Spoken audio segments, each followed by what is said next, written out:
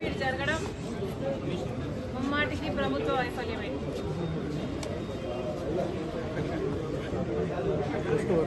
Stampede జరిగిన వెంటనే కూడా కాంగ్రెస్ పార్టీ స్పందించింది. నేను ఊర్లో లేనప్పటికీ వెంటనే ట్వీట్ చేయడం జరిగింది. ఆ ట్వీట్లో చాలా క్లియర్గా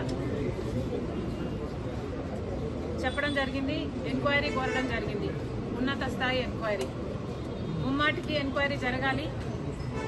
ఇది ఎందుకు జరిగింది, వైఫల్యం ఎక్కడుంది, దీనికి ఎవరు బాధ్యులు, ఎవరిని శిక్షించాలి, ఇది మళ్ళీ రిపీట్ కాకుండా ఏ చర్యలు తీసుకోవాలి, ఇవన్నీ జరగాల్సిన విషయాలే.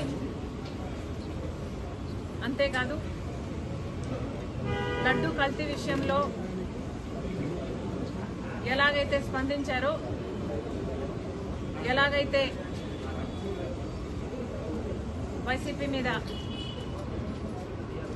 బ్లేమ్ పెట్టారో, ఈ స్టాంపీడ్ విషయంలో చంద్రబాబు గారు దీనికి బాధ్యత వహించాలి.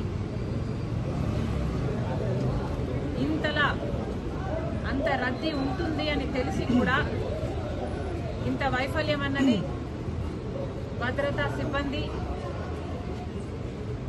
లోపం వల్లనే. ఇది సెక్యూరిటీ ఇష్యూనే, ఇది ముమ్మాటికి ఫెయిలియరే. కాబట్టి మళ్ళీ చెప్తున్నాం, ఎంక్వైరీ జరగాలి.